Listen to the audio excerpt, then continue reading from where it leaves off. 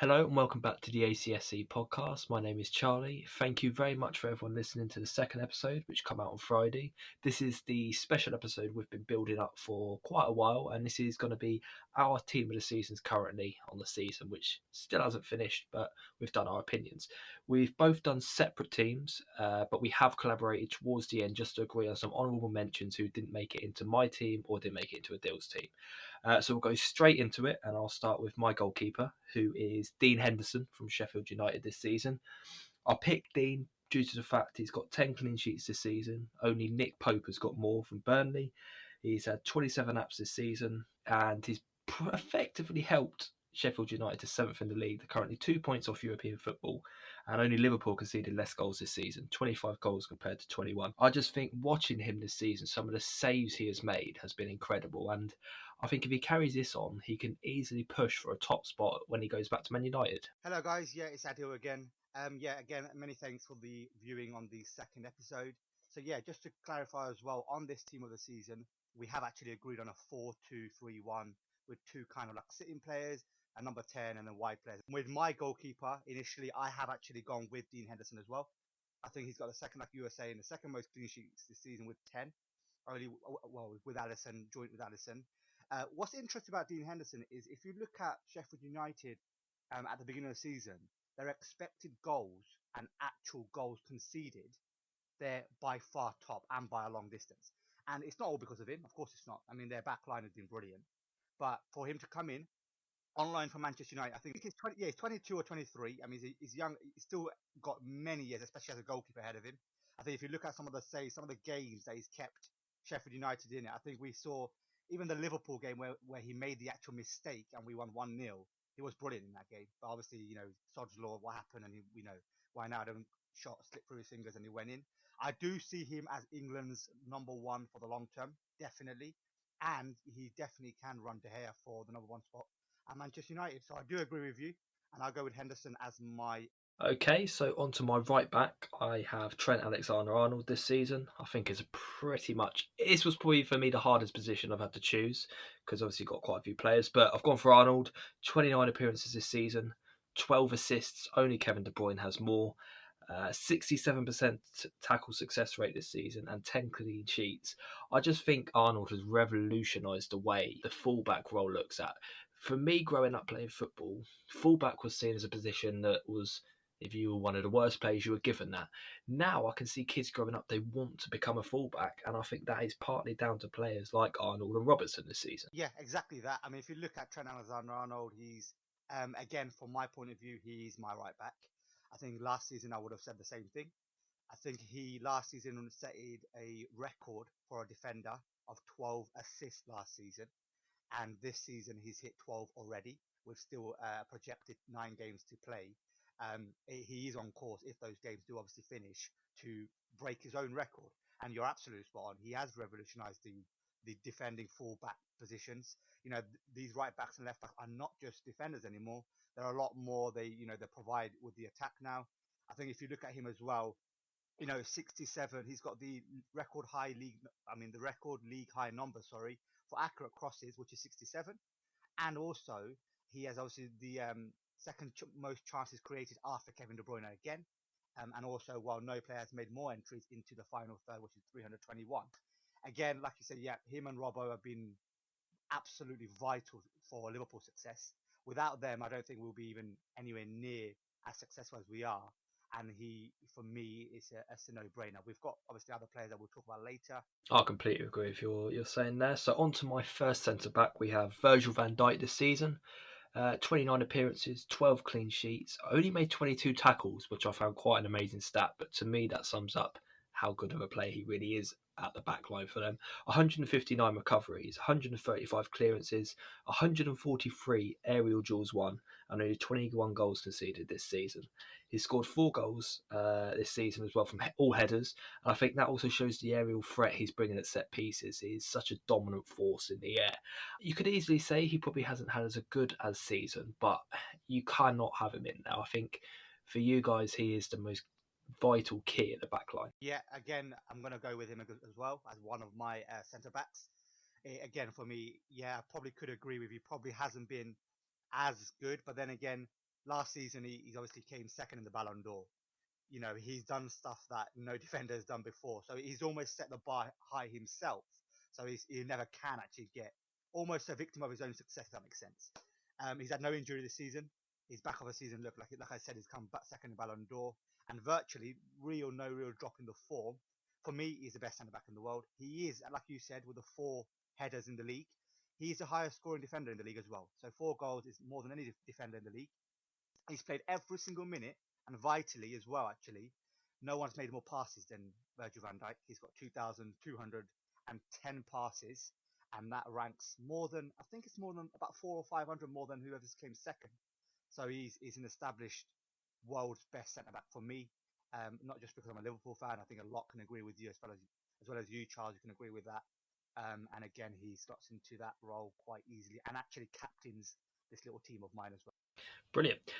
So on to my next centre back, we have Son Heung-min from Leicester. I think this season he's definitely crept up and he's ranked so high, and you can see him linked to a few clubs like City, etc. Now, 28 appearances this season, 10 clean sheets, 49 tackles, 159 recoveries, 128 clearances, and 86 duels won. Only the 1 goal for himself this season, but Leicester have only conceded 28 goals and they've got the 3rd best defence in the league. And I think that is a big part of it down to Son Heung-min's impact he's having this season for them. Yeah, again, it's funny. I've actually gone with him as well, which is for me again. It wasn't the most easiest decision. I think there's honourable mentions, but like I say, he is for me. He was brought in for 19 million in the summer 18, so he had a year before he actually came into the first team fold. He filled the void for Harry Maguire, who left for Manchester United. And to be honest, since he's gone, Maguire, I actually be honest with you, I think Leicester actually probably look more of a better passing team. The way he plays out from the back, which is different. I mean, Harry Maguire does it as well, but he's more of a, your solid, not I wouldn't say modern defender. So Yunchu probably is plays from the back. He's got an outstanding pass success rate. He's come into that position along with Johnny Evans, and I think they look like a pairing that is well, one of the best in the league. And I think after Liverpool and Sheffield United, they are actually third best defensive record in the league, which again, you're right, is down to him a little bit as well, of course. So he does go into my team, and he slots next to Virgil van Dijk. Brilliant, completely agree with what you're saying there. So on to my left back, we have Andrew Robertson. 28 appearances this season, 9 clean sheets, 47 tackles, 97 duels won, 7 assists, provided 148 crosses and 1 goal. Like we've been discussing with Alexander-Arnold, he's been so clinical to Liverpool's success on each flank. They provide so much support, and for teams, it must be so hard to deal with 2 players that can defend just as well as attack. You have to pretty much have 2 people covering them at all times. Yeah, for me again, I've gone with Andrew Robertson as well. He's like you said, the 7 assists in the league, which is the second highest for a defender, and he's only second for a defender to obviously his colleague Trent Alexander-Arnold, who's got 12. Only one of 3 defenders in the top 20 of assists, and I think the only other one is Lucas Digne at Everton, who comes in at 19 or 18th. So for me, it's a no-brainer, really. I think there has been other good left backs, but to me, again, if you look at the way, like you were saying, they're vital to what Liverpool do. He seems like a man who just is crazy and doesn't stop running. Full of energy. Is an absolute pain for attackers. The way he presses down and then his attacking crosses. Personally, I think he's got a really good cross. Maybe it's not as good as Trent's, but like I say, he's still got 7 assists, so he must be doing something right, and he does fill the left back for me and complete our back line with our goal. Brilliant. So we're on to the midfield now. In my sort of deep line player role, sitting rather deep protecting the back line is Wilfred Ndidi from Leicester. 23 appearances this season, 8 clean sheets, 91 tackles, 61 interceptions, and 194 recoveries.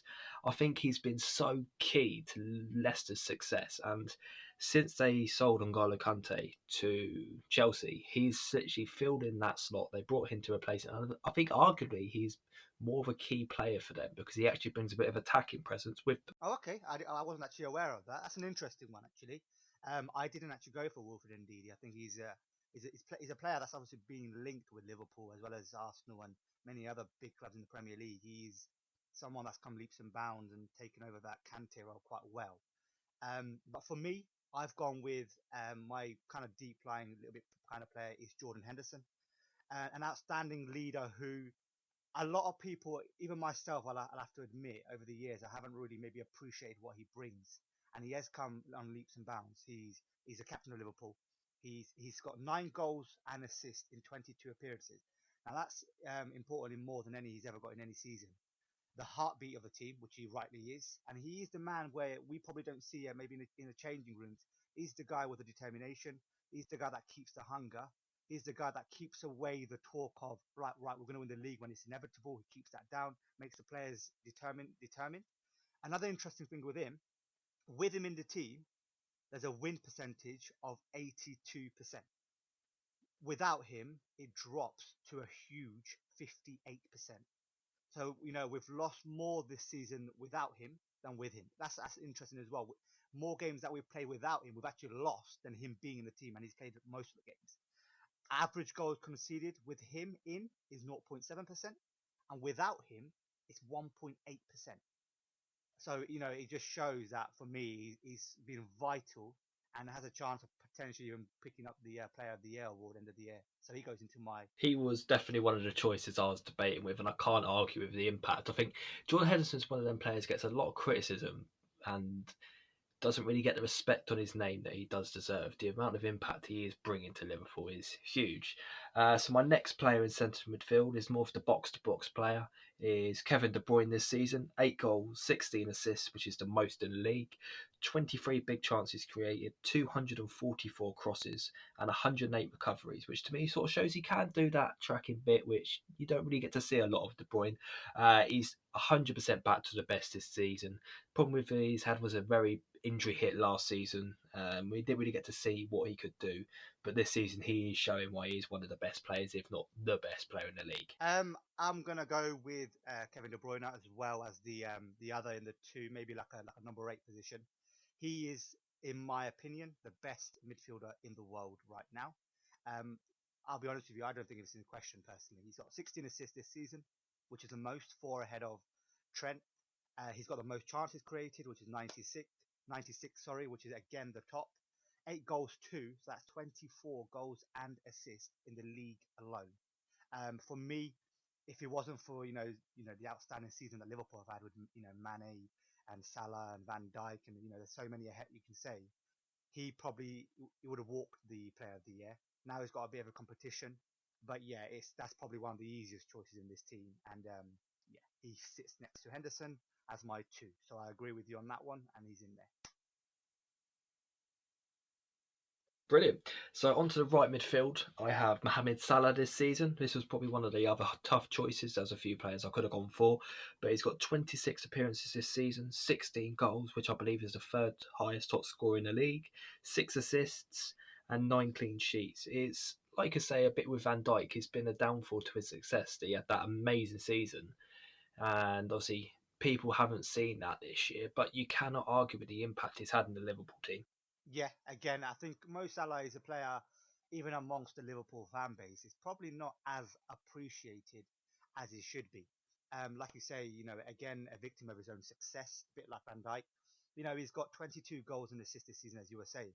Now, that's only 2 off Kevin De Bruyne, who's got 24, and 1 off Jamie Vardy, who's got 23 goals and assists. So he's sitting 3rd. He's actually got more than Sadio Mane, one more. Mane's got 21. And Sadio Mane for some people is their Player of the Year, and he actually is my Player of the Year, which we'll touch on at the end. But for me, Mo Salah, criminally underrated. He's got back-to-back Golden Boots in the Premier League. Obviously, last year he obviously tied it with Aubameyang and Sadio Mane, but the year before he walked it, and again this year he's only 3 off Jamie Vardy.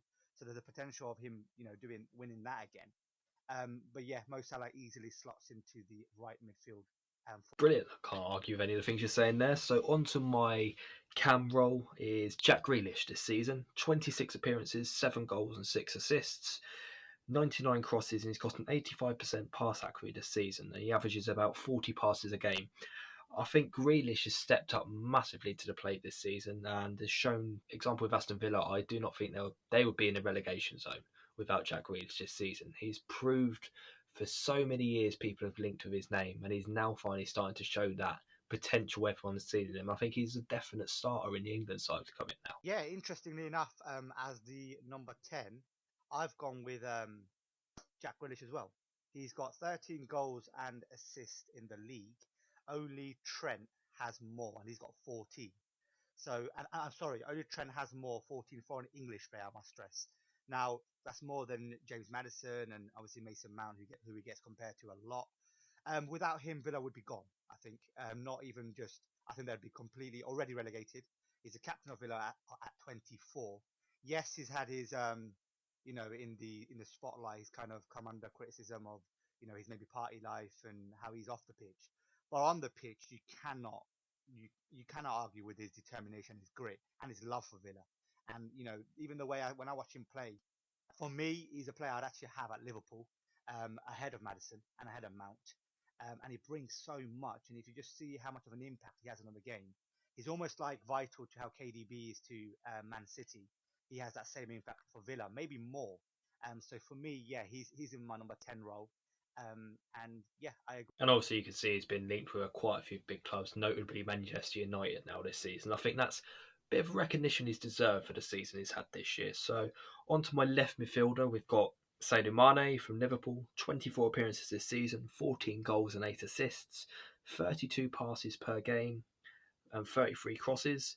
He's been a key player for Liverpool this season. I'd say, in a way, like you're talking about with Salah, he's underrated as such this season.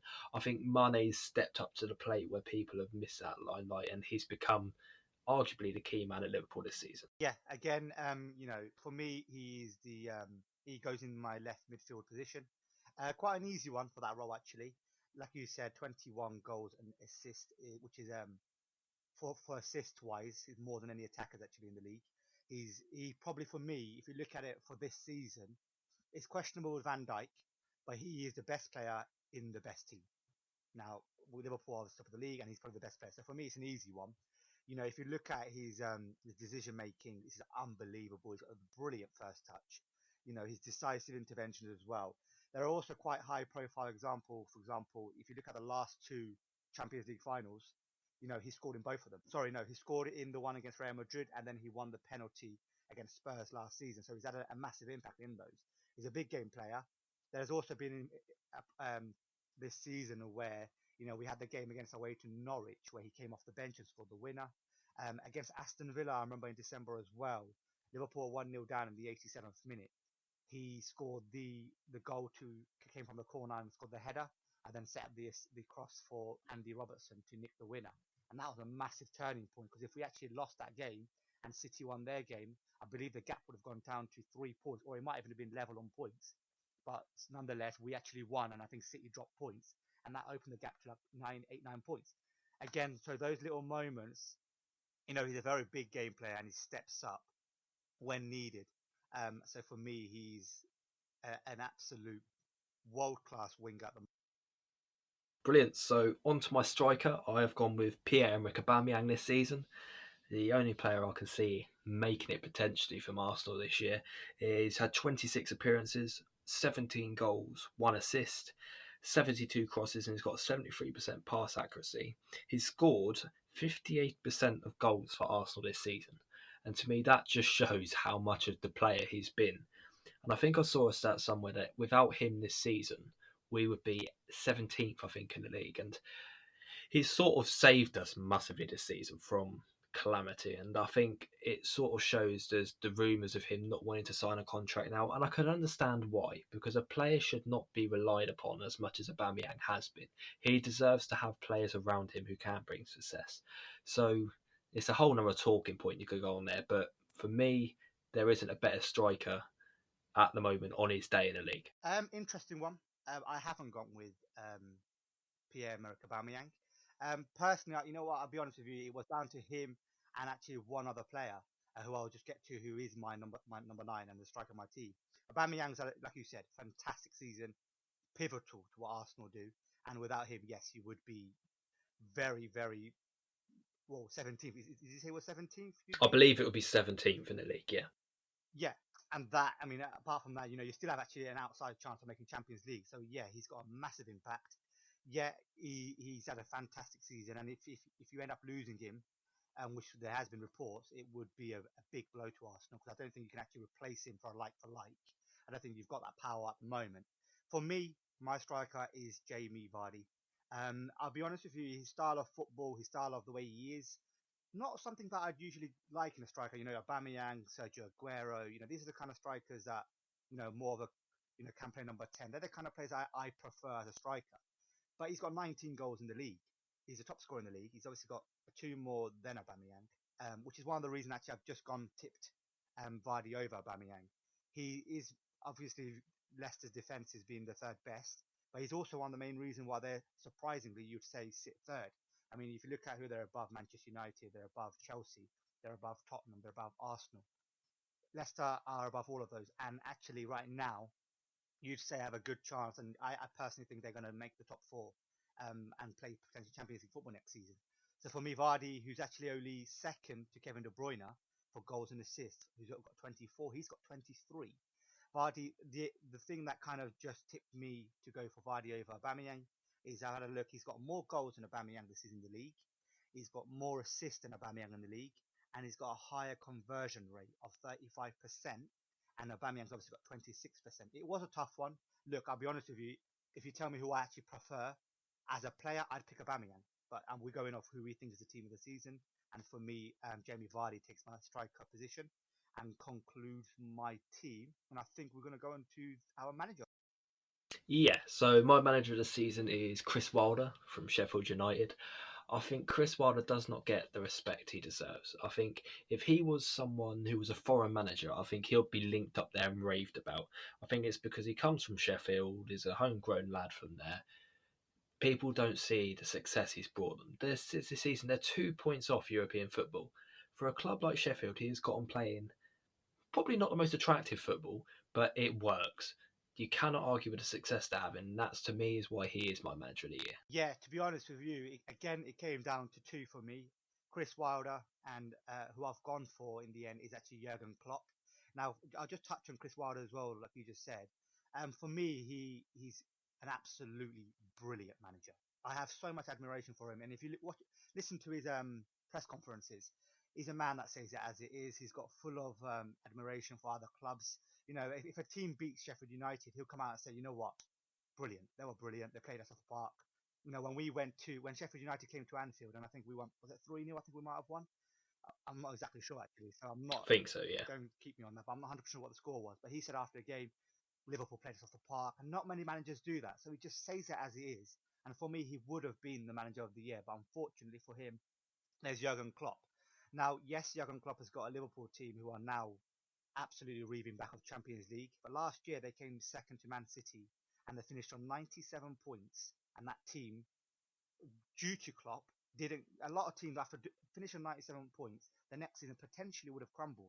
Getting that close and not winning it, it's like so many teams would have maybe dropped off. Jurgen Klopp's the main reason, as well as I'd say Jordan Henderson in the team, who's kept the hunger in the team. We've played 29 league games. We've won 27, drawn one, lost one. Now, many people, Manchester City have won back-to-back Premier Leagues.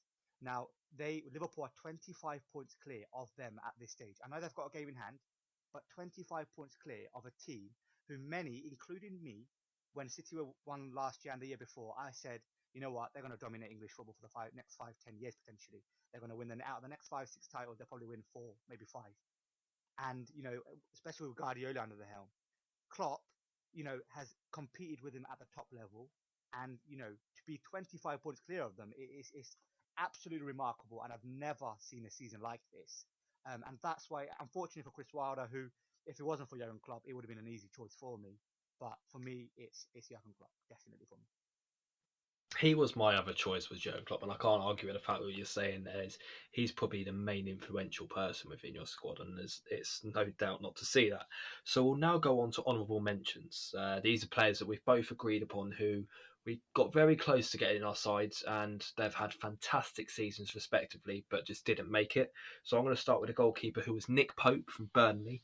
He's got the most clean sheets this season, which probably a lot of people haven't really suspected, and I think he's been crucial to some of that success they're having, and it shows why he's so close to the England side all the time. Yeah, Nick Pope, again, a top keeper, and I think you're right. He's not actually had the limelight on him. I think it's tough for him because you've got Dean Henderson, who's had an amazing season and who we've gone for, who's obviously English as well. You've got Jordan Pickford, and obviously you've got Nick Pope. So he's almost like a third choice for England. And like you're saying, he's got the most clean sheets this season, and is the kind of the dark horse in all of this.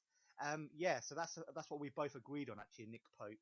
So he's obviously the honourable one. The other one we had a little chat about was Allison.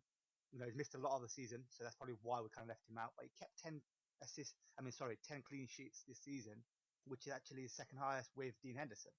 But we went with Nick Pope as the honourable mention on that one. As the honourable mention for our right back was a tough one. It was between two. We went with in the end went for Ricardo Pereira of Leicester City. The other one was Aaron Wan-Bissaka at Manchester United, who has a phenomenal season. But we've gone with Pereira. He's got only 5 goals and assists, which is not bad for a right back. He's got 3 goals. He's a right back who, for me, if you watch when Leicester play, he hardly ever has anything less than a 7 out of 10 performance, maybe 8 out of 10. You know, very vital. Him and Chilwell are very solid in what they do.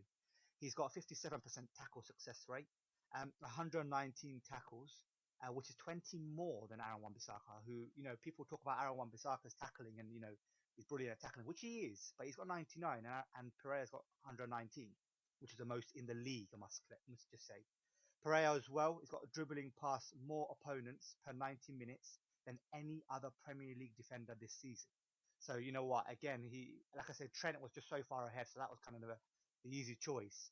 But for us, Pereira was the one who come a close second and got the honourable mention. 100%. Pereira's a player I've followed a long time, and I was so glad when he got that move to Leicester because he sort of got that chance to show in limelight the player he actually is within the Premier League, and he's doing that fantastically. So the next player we've got is our first centre back is Joe Gomez. I think obviously he was thriving and starting to make a great name for himself before that injury.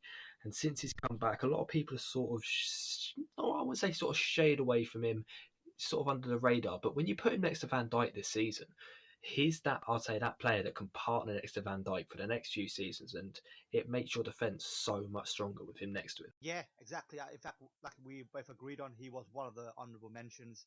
I totally agree. I'll be honest with you. I nearly left Soyuncu out for Joe Gomez in that pairing.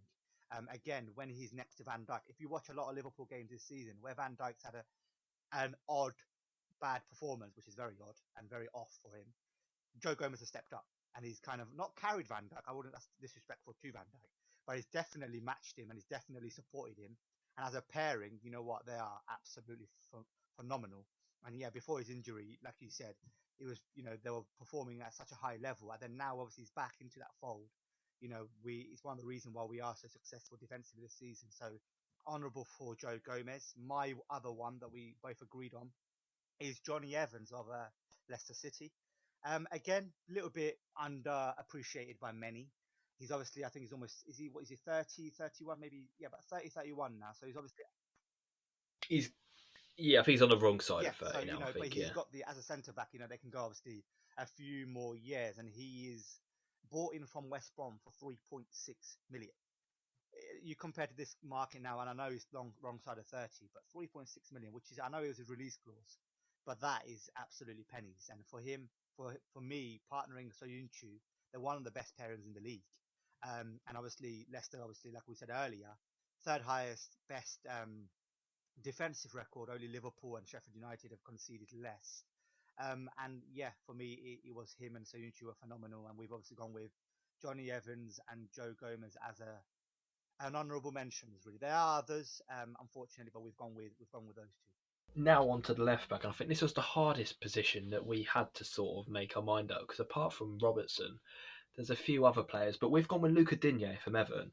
And I think it's a bit of a hard one, but like you said, I think there's a stat you said in there where he's only just behind a few of the players up there. And he's sort of a very underrated player. For what he does for Everton, he does bring a lot. And you watch the games, a bit like Pereira, you said, he doesn't really ever have a bad game. I couldn't really recount many mistakes he's ever made. And he does bring a lot, obviously, coming from Barcelona to Everton was such a shock move for a lot of people. So I think he can only go places. And I think if he does get that next big move again, I think he's got a chance to shine. For me, Lucas Digne is the second best left back in the league. And that's not to discredit Ben Chilwell or whoever else might be potentially in there. But Lucas Digne, again, you're right, a very consistent performer.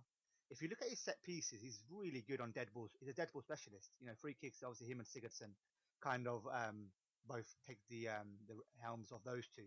But he scored, I think he scored a couple free kicks this season. Very, like I said, very consistent. A player that, yeah, it was a shock to come from Barcelona. I think he's only 25 or 26, so he has got his best years ahead of him. And if Everton can keep hold of him, there is potential success in the future for them. And yeah, the honourable mention for us, it's got to be Lucas Digne. On to the defensive midfielder. Again, we've gone with two honourable mentions again. My one, but we've both agreed on both of them anyway. I've gone with Gini Wijnaldum, a bit like Henderson, not just the stats. He's only got 3 goals this season. So, you look at that, you go for a midfielder, you're thinking, well, that's not great. But if you look at Wijnaldum, he's an absolute engine. You asked Jurgen Klopp, actually. In a recent interview, Jurgen Klopp came out and said, it was asked to him, if there's a player in your team who could become a manager, who would it be? Klopp hesitated and then in the end went for, he said, if Genie wanted it, he could do it. So it just shows the intelligence of the man. And on the pitch, you saw the Barcelona semi-final last season, transformed the game for us and obviously came on and scored 2 goals. Without him, we lose balance in the midfield and organisation. Again, a bit like Henderson. Those two players, without them, we do struggle. And I think I know we've only lost one and drawn one in the league, but we've looked a lot less weaker without him or Henderson. So for us, one of them, an underappreciated player, but I'd like to get him out there and get him a bit more recognition. So why now? And another player we've gone for is Scott McTominay from Manchester United. I think this is one that might shock a few people, but for me this season, he's stepped up hugely coming from the youth system. He's sort of that leader on the pitch they haven't had in years. Honestly, just like you said, he's only got 4 goals and 1 assist, but what he actually also brings to the game is 40 tackles, 131 recoveries, 153 duels won. He's that player in the middle who ain't afraid to get dirty and get down to business. Yeah, Scott McTominay, I think, has been one of the outstanding performers for Manchester United this season. They've had a couple. Harry Maguire's, he's brought in from Leicester for 80 or 5 or 80 million it was. He's been okay, I'll be honest with you. Aaron Wan-Bissaka has had a good season, but for me, Scott McTominay might even be, along with Fred, has had a good season, or Rashford even. He's probably one of their best players. He's got that bit of nastiness about him, which Man United have probably lacked in that midfield.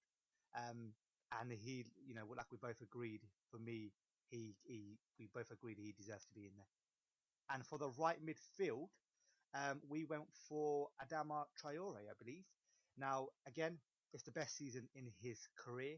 11 goals and assists, 9 more than he's ever achieved in the league. He found the final product in this game, and in my personal opinion, he's the best dribbler on the ball. I think he's actually better than Zaha. He's got 6.3 successful dribbles per game. Zaha's got 1.5 more, less than him. I think it's 4.8. Burnley, just to compare that, Burnley as a team have 6.8 dribbles a game. He averages 6.3 a game by himself. A fantastic player, and personally, I take him at Liverpool. So yeah, Adama Traore is an honourable mention for the right midfield role. Okay, so at left midfield, we have Marcus Rashford this season. Obviously, he's been out injured for a while, but there is no doubt in the ability he was having this year beforehand. He only played 22 appearances this season so far, but he's got 14 goals and 4 assists. So it's 18 involvements in all games. So it's nearly averaging a goal or assist a game. He's stepped up massively compared to other years, and he's finally starting to show really that ability he had when he first broke through those seasons ago. He's now starting to look like that player everyone knows he can be. Yeah, like we said, we agree with him. I think we wanted to get Rashford in that team, and we wanted to leave a striker position who we'll get to for the honourable mention. But Rashford, yeah, before his injury, Man United, well, not flying, but you know what? He had the finishing touch. He kind of almost carried the team at a certain stage of the season, and he does fill that left midfield role. It's a pity he obviously got injured, but like I say, if the games restart now and whatnot, potentially they'd have him fit again, and that's a massive boost to Man United. So yeah, Marcus Rashford as the left midfielder. As the number 10 is the honourable mention, who just missed out in my actual team, is Mason Mount. It's his first season in the league where he's obviously properly played in the Premier League, and he's got 10 goals and assists. That's actually one more than James Maddison, and he's only bettered by Jack Grealish, who actually made my team amongst English midfielders. He's got, he's only 21, so he's got many years ahead of him, and he's got an 85% pass completion, which is quite good. For me, if even watch Chelsea play, he's a guy who's got a lot of he's got so much determination, but he's got that hunger. If you see the way he tracks down balls, his ability, his technical ability on the ball is phenomenal. And I think with him, with Tammy ahead of him, he's a fantastic player. And is a player for me who we both, like I said, we've agreed on as the honourable mention, makes that number 10. 100%, I couldn't disagree with Mel now. I think he's had a phenomenal season and a lot more to come. We go on to our striker now. Like Adil mentioned, we wanted to try and make sure we could fit him in because I think Danny Ings, who we've gone for, has had such an amazing season. It's a bit of a comeback for him. Obviously, with all the downfalls he had at Liverpool after that move, he's now had that chance at Southampton where he's sort of made a name for himself and he's the main man there. 15 goals this season. I think he's the fourth highest in the league, I believe. So that just shows. And I think without him this season, Southampton would be gone. Very similar to how Grealish is at Aston Villa. Without him, there was no hope of them surviving this season. Yeah, totally agree with you on that one. Danny Ings, a player, like you said, 15 goals. A point to prove almost coming to Southampton, and something that didn't really work at Liverpool. I'm chuffed to bits for him. An ex-Liverpool player who never really complained or never really, kicked up a fuss or anything. Really happy to see him doing well. And yeah, he's our honourable mention of a striker. And now we'll just touch on our manager, who we've both actually agreed on, and we'll both just touch on a little bit. The honourable mention, we nearly went for Nuno Espirito Santo. We obviously can't go for Wilder or Klopp because we both picked them. It wasn't Espirito Santo. We in the end went for Brendan Rodgers. He obviously came so close to winning the title with Liverpool back in 40. He went to Celtic and won everything he could there. And to be honest, I mean, let's be honest, it's hard not to go to Celtic. I know Rangers are kind of doing well again now, but Celtic are, most of the time are going to win that title now. So it's maybe not such a achievement as people think it is. But then he had unfinished business in the Premier League, and coming back to Leicester, they're third in the league, and they've got the third best goal difference in the league. So they've conceded the third least amount of goals, and they've scored the third most goals. And again, if you see Spurs, Man United, like I said earlier, the teams they're above, it's an achievement in itself. He's got the great players in the team, but they're on course for the Champions League. And for me, Brendan Rodgers is our honourable manager of the year. And Charles, I'll just let you touch on that as well a little bit. Like you say now, I think when he obviously had that such a close season with you guys, I think when he went to Celtic, I think he's matured a lot. I think he learned a lot while he's there. Obviously, you're going to get success at Celtic, but I think it was a treble he achieved with them in their records there. What he done for them, he took them to that next level, and I think he learned a lot while he's there. And I think he's made Leicester probably a better side they are now than when they won the league. There's no doubt in what that side had. But if you watch the way they play football now, it's not, he says, the long ball. They actually are such a good technical side as well. When they played us, I watched the game and they beat us. They outplayed us for 90 minutes. We couldn't even get close to them. So he has improved them massively, and I think they've got such a good long way to go. I actually agree with you on that. Yeah, again, I'll just touch a little bit on that. I think Leicester are a better team than their title-winning team. So yeah, totally agree. I think he's improved the Leicester team, and that's the main thing for Leicester. It's that steady progress. And as long as they can keep the core of the team, obviously there's link with Maddison potentially leaving, but as long as they can keep, like I say, the core and add maybe one or two, they can very well do a top four challenge again next season, and why not? So yeah, Rodgers for me is the honourable mention. And I think now we'll just quickly touch on our potential player of the year, who we've both actually agreed with on this. We've gone with Sadio Mane. Charles, I'll just let you touch on him, and then I'll touch a bit on him as well. So I think Sadio Mane is the player of the season, just due to the fact if you look at the impact he's had this year for Liverpool, he's stepped up massively. Every game I've seen him play, he's so crucial. He's always looking for the ball. He's always driving forward. There's just that something about when you watch him play, and he's got that such a nice personality about him as a footballer. He's so humble. That just draws people into him, and I think there's only so much further he can keep going. And obviously, you've seen a lot of reports of him being linked with the Real Madrids, etc. Now, he's finally starting to get that success and that reputation he deserves. And I think with Salah dropping off, you can't even say dropping off, but not having that success as such this year, Mane's just slowly crept in and has now become that main man. Yeah, like I said, I'll just touch on Sadio Mane. I think what you said there was so crucial. It's his personality. I mean, on the pitch, for me, again, I'm a Liverpool fan, so you can kind of discredit it a little bit. For me, he's the best winger in the world right now, in terms of form wise, and I think he's going to actually win the Player of the Year. If you look at, yeah, like you said, the importance, we obviously touched on him because we both included in our team of the years. Um, it's his personality as well. If you see it off the pitch, again, I know this shouldn't mean so much because he's a footballer at the end of the day, but he's always in the mosque. He's a devout Muslim. He's always doing charities. He's making mosques and wells and, setting up charity funds back in his home country in Senegal. And actually a member and a person that visits his mosque very often. And people really like him. He's a really humble kind of guy. You don't really see so much bad prosperity in the media for Sadio Mane. He does get the recognition now, and like you said, being linked with Real Madrid, yeah, just shows that he's got that recognition. Out of our front three, personally, he's the player that I least want to lose. I absolutely love him to bits. And for me, yeah, like we both have agreed on that. Sadio Mane, who I hope will win the Player of the Year, and I think will, and for us is our Player of the Year to conclude. Like you were saying, I think he'll be the hardest person to replace in your front three. Out of any of them, that'll be it. So, like you said there, that concludes our team of the season, manager of our teams, and honourable mentions. So, thank you everyone for listening. And just to touch on it, next episode, which is coming out, we're going to get filmed, is going to be UFC and boxing. We're going to switch it up a little bit, bring in some other sports, some other opinions. So, if any of you guys have any suggestions you'd like to hear us talk about, please let us know on our social medias, which will all be linked below. So, thank you very much and see you next time.